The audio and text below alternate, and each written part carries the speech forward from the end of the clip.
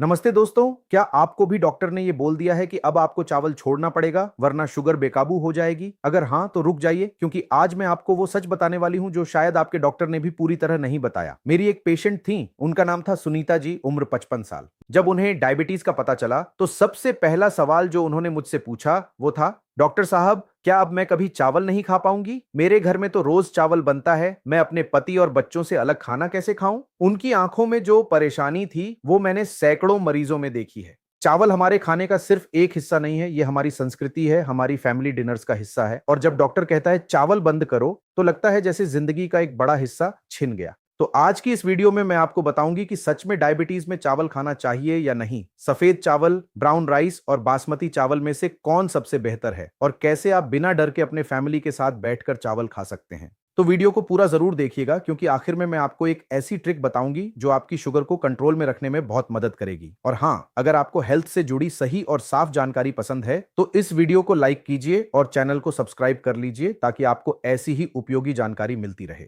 चलिए अब समझते हैं कि चावल और डायबिटीज का रिश्ता दरअसल है क्या। ज्यादातर लोग सोचते हैं कि चावल मीठा नहीं होता तो ये शुगर कैसे बढ़ा सकता है, लेकिन सच ये है कि चावल एक कार्बोहाइड्रेट है और जब हम कार्बोहाइड्रेट खाते हैं तो हमारा शरीर उसे ग्लूकोज में तोड़ देता है, यानी शुगर में बदल देता है। यही ग्लूकोज हमारे खून में जाकर ब्लड शुगर लेवल को बढ़ाता है।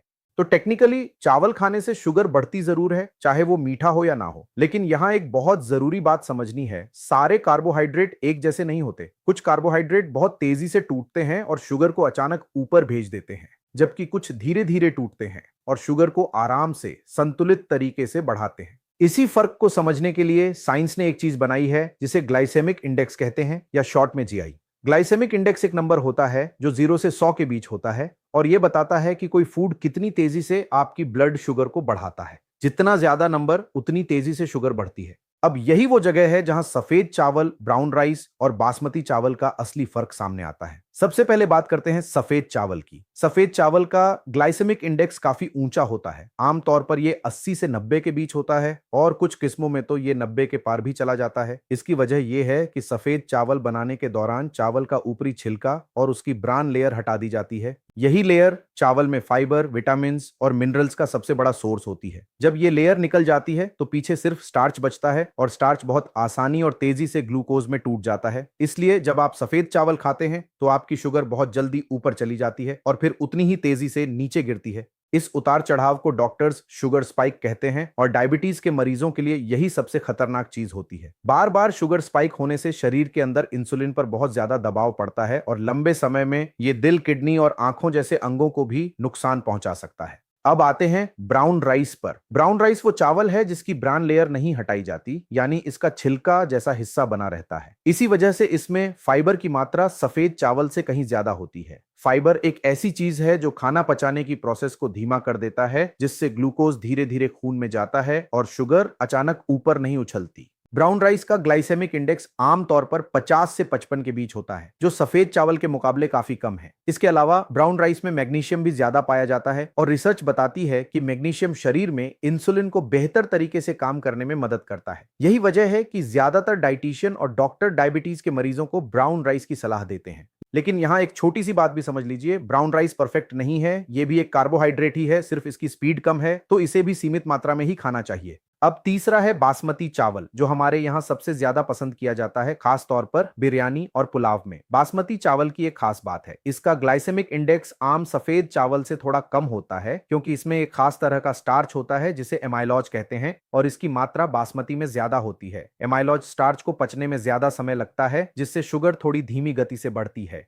असली पुराना यानी एज्ड बासमती चावल का जीआई 55 से 55 के आसपास हो सकता है, जो ब्राउन राइस के बराबर या उससे थोड़ा ज्यादा होता है। लेकिन यहाँ एक बहुत जरूरी बात है, मार्केट में मिलने वाला हर बासमती असली बासमती नहीं होता और कई बार पॉलिश किया हुआ यानी बहुत ज्यादा सफेद और चमकदार बासमती असल में अपनी फाइबर वैल्यू खो देता है, जिससे उसका जीआई भी बढ़ जाता है। तो अगर आप बासमती चुनते हैं तो कोशिश करें कि वो ज्यादा पॉलिश किया हुआ ना हो और हो सके तो ब्राउन बासमती या सेला बासमती चुनें, जो प्रोसेसिंग के दौरान कम न्यूट्रिएंट्स खोता है। तो अब आप सोच रहे होंगे तो फिर सबसे बेहतर कौन है, सफेद चावल, ब्राउन राइस या बासमती? सीधा जवाब है, अगर आपको डायबिटीज है तो ब्राउन राइस सबसे सेफ ऑप्शन है, क्योंकि इसका जीआई सबसे कम है और फाइबर सबसे ज्यादा है। उसके बाद नंबर आता है अच्छी क्वालिटी के कम पॉलिश किए हुए बासमती चावल का, और सबसे आखिर में आता है सादा सफेद चावल, जिसे डायबिटीज के मरीजों को बहुत सीमित मात्रा में और बहुत सोच समझ कर खाना चाहिए।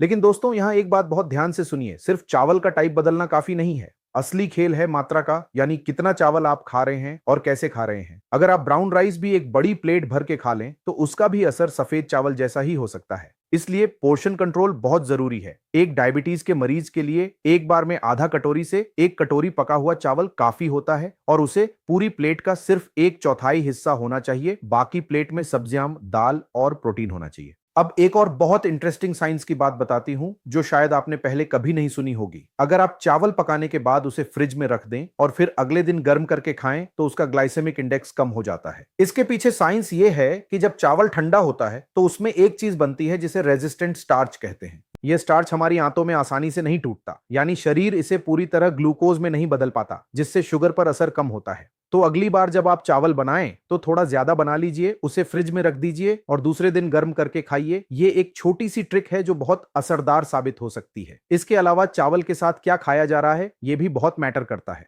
अगर आप चावल के साथ दाल, सब्जियां और थोड़ा सा प्रोटीन जैसे पनीर या अंडा खाते हैं तो ये सारी चीजें मिलकर खाने को धीरे पचाती हैं, जिससे शुगर अचानक नहीं बढ़ती। लेकिन अगर आप सिर्फ चावल और आलू की सब्जी जैसा कॉम्बिनेशन खाते हैं तो दोनों ही हाई जीआई फूड हैं और शुगर बहुत तेजी से ऊपर जाएगी। खाना पकाने का तरीका भी असर डालता है। ज्यादा देर तक पकाया हुआ, बहुत गला हुआ चावल जैसे खिचड़ी में होता है, उसका जीआई बढ़ जाता है, क्योंकि ज्यादा पकने से स्टार्च और टूट जाता है और जल्दी पचने लगता है। जबकि थोड़ा कम पका हुआ यानी अल डेंटे टाइप चावल, जिसमें थोड़ी सख्ती बाकी हो, वो धीरे पचता है। इसलिए चावल को जरूरत से ज्यादा गलाने से बचना चाहिए। एक और टिप, चावल खाने से पहले अगर आप थोड़ा सलाद या कच्ची सब्जियां खा लें तो उसका फाइबर पेट में पहले पहुंच जाता है और बाद में जब चावल जाता है तो शुगर का बढ़ना धीमा हो जाता है। ये एक्सपर्ट्स इसे फूड ऑर्डर कहते हैं, यानी आप किस क्रम में खाना खा रहे हैं इसका भी शुगर पर बहुत असर पड़ता है। अब मैं आपको सुनीता जी की कहानी का दूसरा हिस्सा बताती हूँ। मैंने उन्हें यही सब बातें समझाई कि उन्हें पूरी तरह चावल छोड़ने की जरूरत नहीं, बल्कि उन्हें थोड़ा स्मार्ट होना है। हमने उनके सफेद चावल को ब्राउन राइस और कम पॉलिश बासमती के मिक्स से बदला, पोर्शन को आधा कर दिया और चावल के साथ हमेशा दाल और सलाद जरूर रखा।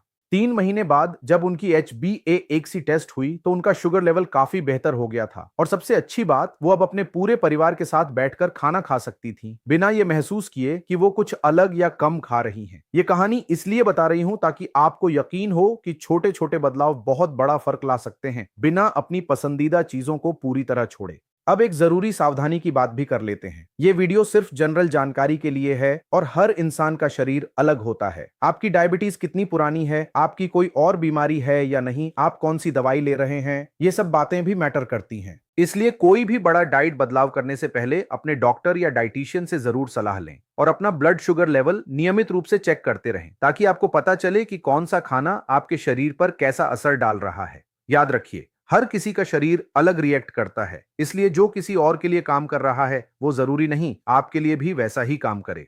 तो दोस्तों, आज हमने सीखा कि डायबिटीज में चावल पूरी तरह छोड़ने की जरूरत नहीं है, बस सही टाइप, सही मात्रा और सही तरीके से खाना जरूरी है। ब्राउन राइस सबसे बेहतर ऑप्शन है, उसके बाद अच्छी क्वालिटी का कम पॉलिश बासमती और सफेद चावल को सीमित और सोच समझकर खाना चाहिए। साथ ही पोर्शन कंट्रोल, खाना ठंडा करके दोबारा गर्म करना और चावल के साथ फाइबर और प्रोटीन का साथ खाना, ये सब मिलकर आपकी शुगर को कंट्रोल में रखने में बहुत मदद कर सकते हैं। अगर आपको ये जानकारी फायदेमंद लगी हो तो प्लीज इस वीडियो को लाइक कीजिए और अपने उन सभी दोस्तों और रिश्तेदारों के साथ शेयर कीजिए जिन्हें डायबिटीज है या जो अपने परिवार की सेहत को लेकर चिंतित रहते हैं। कमेंट में मुझे जरूर बताइए कि आप कौन सा चावल खाते हैं और क्या आपने कभी अपने खाने में ये बदलाव किए हैं। आपके सवाल और एक्सपीरियंस मेरे लिए और बाकी दर्शकों के लिए भी बहुत मूल्यवान होते हैं, तो नीचे कमेंट बॉक्स में अपनी बात जरूर लिखिए। और अगर आप ऐसी ही सही साइंस बेस्ड हेल्थ जानकारी चाहते हैं तो चैनल को सब्सक्राइब करना ना भूलें और बेल आइकॉन भी दबा दीजिए, ताकि हमारी हर नई वीडियो की जानकारी आपको सबसे पहले मिले। मिलते हैं अगली वीडियो में एक नए और दिलचस्प हेल्थ टॉपिक के साथ। तब तक अपना और अपने परिवार का ख्याल रखिए, खुश रहिए और हेल्दी रहिए।